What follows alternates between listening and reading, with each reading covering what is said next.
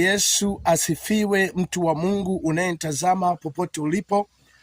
Usipite bila kusikiliza ujumbe huu wa neno la Mungu, hususan katika majira haya ya siku za mwisho, majira ya kurudi kwake Yesu Kristo. Mwanadamu, acha dhambi.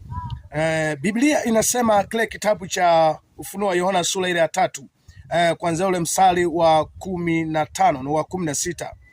Biblia inasema, na yajua matendo yako ya kuwa hu baridi wala hu moto, kwa sababu hu baridi wala hu moto ni hu vuguvugu, nitakutapika utoke katika kinywa changu. Haya ni maneno ambayo anasema Mungu.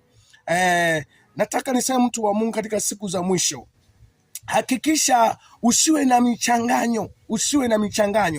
Siku ya mwisho, watu wenye michanganyo, lango la mbinguni litawakataa, litawazuia watu wengi. Na leo hii kuna watu wengi sana katika siku za mwisho wana michanganyo, wako ndani ya makanisa. Unakuta mtu anaingia ndani ya dini yake, ni mlevi, ni mzinzi, anakunywa pombe, anazini na waume za watu na wake za watu, anafanya mambo ya ajabu, anaenda kwa waganga wa kienyeji, lakini yuko ndani ya dini yake. Nisikilize, mtu wa Mungu, siku zinakuja, usipokubali kubadilika na kutubu na kuacha dhambi, kuacha michanganyo, uwe na hakika utatupwa katika jehanamu ya milele. Leo kuna kundi la watu wengi wana michanganyo, wengi sana.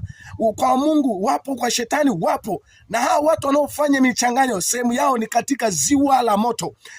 Katika ziwa la moto, wasipokubali kutubu na kuacha njia zao mbaya.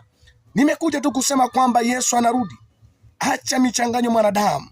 Na wewe ambaye hujaokoka, mpe Yesu maisha yako. Na wewe ambaye umeokoka lakini bado kwenye michanganyo, tubu na uache michanganyo.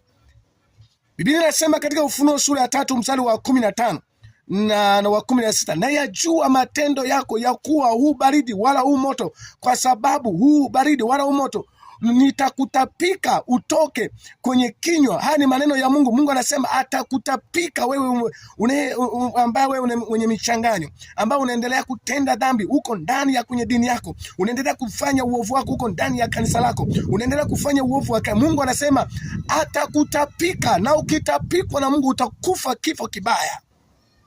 Manake mshahara wa dhambi ni mauti. Mungu anapokutapika, kinachofuata manake unatengwa na Mungu milele. Manake unasubiria kutupwa jehanamu ya milele. Mwanadamu, acha dhambi, Yesu anarudi. Acha michanganyo. Ninazungumza na watu ambao wako kwenye michanganyo katika majira haya. Siku hizi za mwisho si nyakati za kufanya michanganyo, si nyakati. Wewe ambao unafanya michanganyo uko ndani